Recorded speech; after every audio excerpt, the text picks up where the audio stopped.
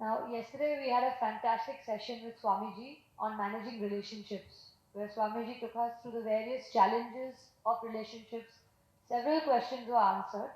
We still have some more questions in abundance, Swamiji. So we had decided to take up some of the questions which came up after yesterday's talk, because that's probably the need of the hour. So we will begin with the most popular question. What is the essence of marriage and how does one go about selecting the right life partner? Yesterday was also one wrong question. Today also is one wrong question. I don't have a wife.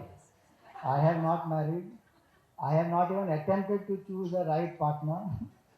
So I have no idea. I am only going to give you some scriptural knowledge which are there. Is there. Whichever way you find it practical, you please use. Yeah, I will not be personal. I will be professional. With all disclaimers. Don't come back and tell me marriage ऐसा नहीं होता मुझे नहीं पता कैसा होता है आप डील करो उसके साथ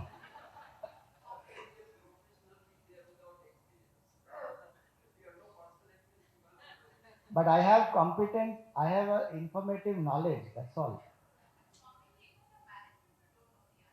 that I don't know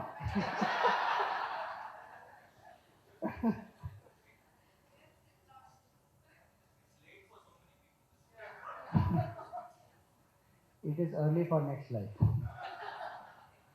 knowledge continues with us no so next life before they are making a choice they will remember the essence they will remember they may not remember this you ask Vedant answers incident but essence will be there in their mind so marriage is called vivaha in Vedanta. Not Vedanta, in Hindu culture it is called Vivaha. It is one of the 16 samskars. It is one of the most important samskars of one's life. Visheshena Vahati, meaning to carry specially. So what is the meaning of that? To support each other in the pursuit of dharma and to evolve higher to realize the truth. That is the purpose of marriage. To support each other in pursuit of dharma, to discover the supreme, that is the meaning of the word vivaha. So it sustains a couple throughout their married life in pursuit of dharma. It is the most sacred of all the 16 samskars.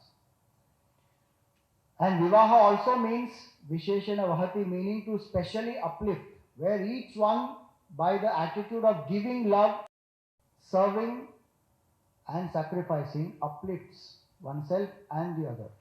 That is marriage. We actually marry for the sake of extending ourselves to someone else so that my ego becomes lesser. The more selfishness is there, the more insecurity, the more sorrow. In love, one extends oneself. That's why Gurudev always used to say, love is identification with the beloved, where the two become one. Two become one means what? Not like what Hindi movies say, no? Do jism ek jaan. Not like that. Two become one means that what? Not same bank account.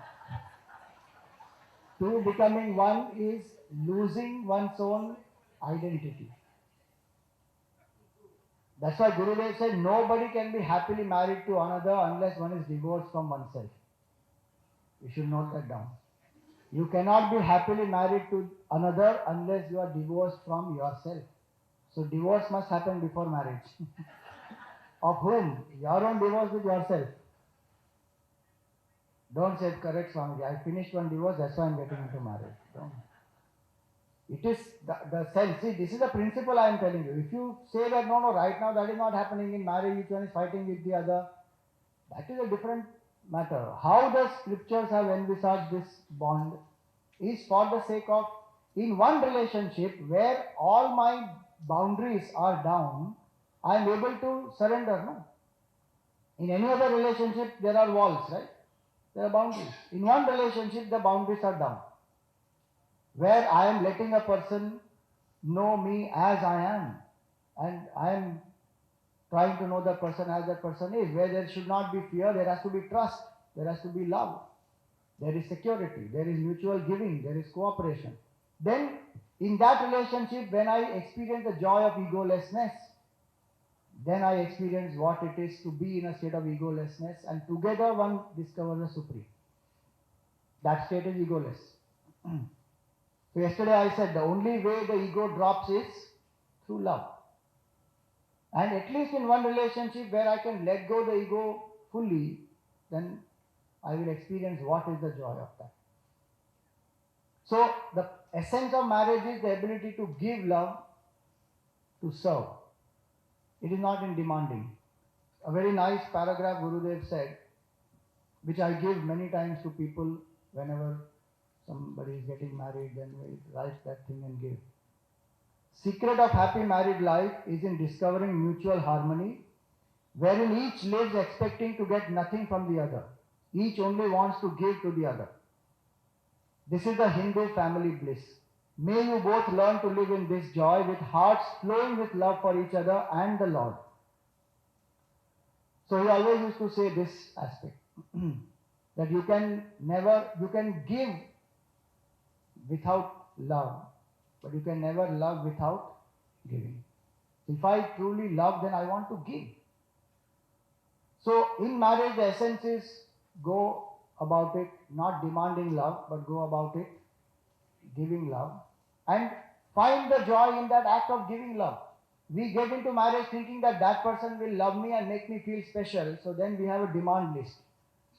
Out of 50 things, you have done only 5 so far. 30 years are already over. When will you do the other 45? Then it doesn't work. One of my favorite jokes is, marriage begins with a diamond and a heart, and very soon we wish we had a club and a spade. It goes like that. Marriage begins with a diamond and a heart. That order is also important. No? First comes diamond, then comes heart. That's why club and spade follow. If first heart came and then diamond came, then there is no problem. So anyway, the idea is this, the ability to give love. Now, how to find the right partner? If these things what we spoke, love must be the basis, not fear. Some people are desperate to get married. क्यों उम्र निकल जा रही है? अरे, you didn't find the right person. Why be so desperate for companionship that much? Then you should have started early. Start early, drive slowly, reach safely, like that.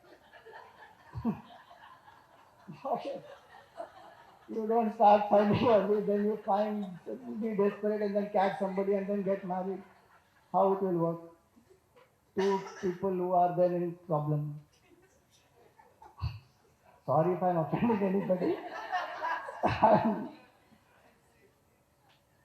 The point here is, today, even in young people, I'm saying this because I feel so many things about this.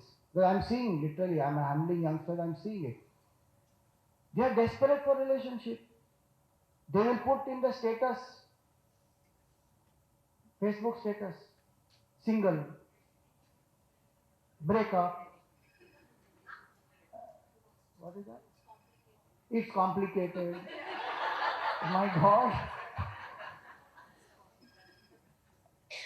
On, what is that called? On Rose Day, somebody must give them a rose. If there's nobody to give a rose, they are in deep complex. They feel so less about themselves. Prom night is there, no? Prom night. If somebody is not there to dance with them, they feel very miserable. अरे मेरे साथ कोई नहीं है नाचने के लिए. Why should there be such desperation in life? If I am secure and happy within myself, the right person will come. If I need to look out, I look out and I will find. So love must be there, the basis, not fear, not desperation, not lust. Second, trust must be there. Am I able to trust that person? Now all this means I need to spend time and understand. It can't happen just like that. I must be able to be what I am in the presence of that person, not put an image. If the person loves me as I am, then that's the proper person. No? If the person loves an image of me and I have to put one image to be impressive, then that is again deceit. That's not true marriage. So, when that person is themselves, when I am myself, then that relationship is in harmony. Values and character are most important. Not the appearances and not the wealth and not the position and not the power. Few points like these when we keep in mind. Best is trust the Lord, be positive, things will happen. If they have to happen, they will happen. Leave it on that aspect. Then the mind is secure and the right things happen. Otherwise the mind becomes very desperate when there's an issue there.